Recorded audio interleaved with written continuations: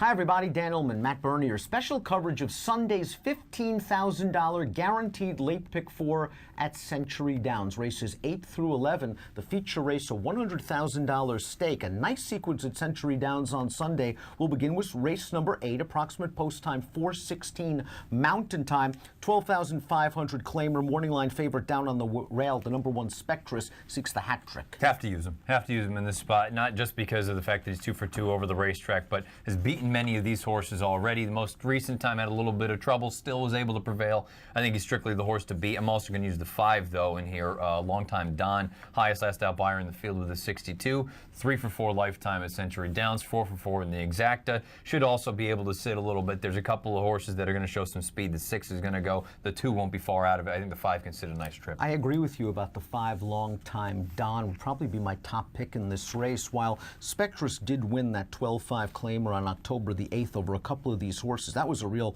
blanket finish, at least between him and the second place runner. I wonder if this race is ripe for a sharp horse stepping up in class. And Longtime Don fits the bill, a horse that's won 3 out of his last 4. Those would be my 2 A's if we were using Ticketmaker, available through Formulator and at DRF.com. A deep backup's the number 6, Our Second Chance. Maybe this horse could try to steal away to an easy lead. Last time out, going 6.5 furlongs. Those were some fast fractions that he was chasing. 2 starts back, a more reasonable pace situation. He got to the lead and he made that field pay. A similar situation here at a price, and I want to use that horse as a backup. Race number 9 is the second leg of the $15,000 guaranteed late pick 4 at Century Downs on Sunday. What are you going to do with the number 3 in here? That's Bear Fabulous Sun coming off a win against Similar. You have to use this horse, again, for all the reasons we talked about. Many of these horses, horse for course kind of thing. 2 times in the exacta from 2 lifetime starts, 1 for 2 overall. I like the fact that this one has a little bit of tactical speed. Although I will say this race feels like there's no true burner. I don't know who's going to actually clear off to the front. I have to use the 3, obviously. I'm going to use the inside runner because I think Maple Leaf Rag is sneaky. I think from down there you got to go. You're going to get a little bit of class relief here.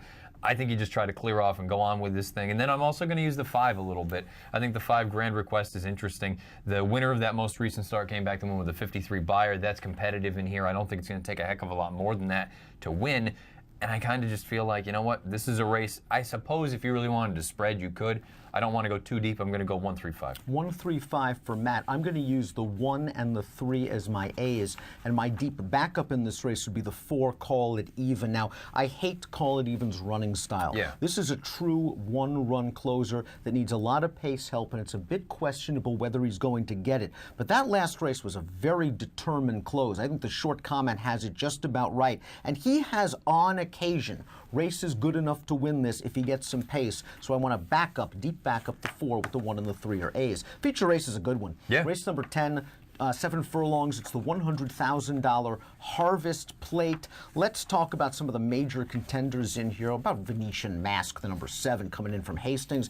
He ran really well in the graded stake last time. You have to use him. Highest last out buyer in the field with the 78. You look, this one's got a little bit of versatility, can go forwardly placed, can sit a little bit farther off of it. I think he's the horse to beat. I don't know that he's a standout in here, though, because like you say, you can go a number of ways in here. I'm really interested in the 4.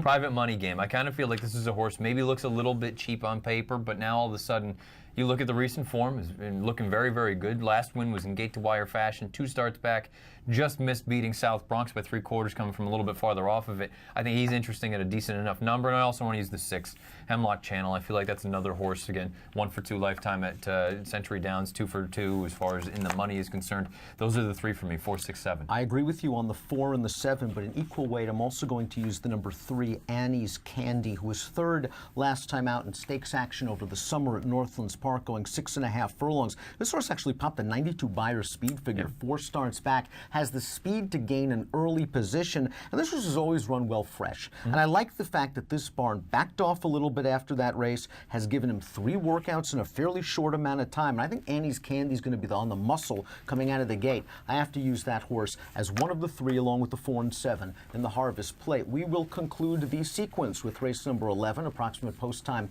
5:47 Mountain. It is an optional claiming event for fillies and mares. You really like the number 2, I Tricked My Ride, dropping out of stakes competition. So the big thing for me is I kind of felt like with this race, the vast majority of the field I don't think is good enough to win.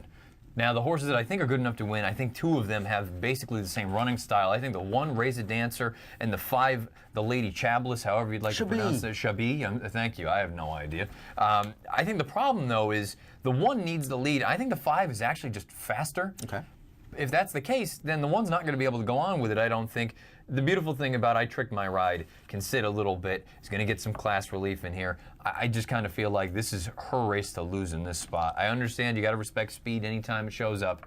I just think the 2 works out the perfect trip. I agree. She's the horse to beat. She drew nicely in post position 2. She is going to be very dangerous. You're going to single the 2. I Tricked My Ride in the anchor leg. I'm using I Tricked My Ride. I'm also going to use a little bit of Raise a Dancer. You might be right that the 5, the Lady Chablis, might be faster.